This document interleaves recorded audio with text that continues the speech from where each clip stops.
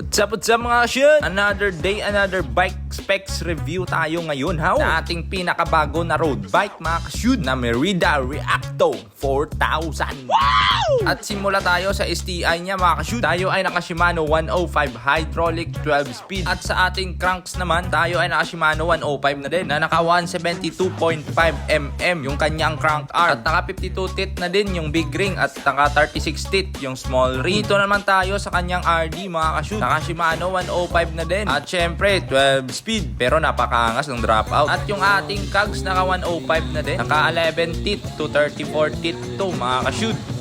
9, 10, 11, 12.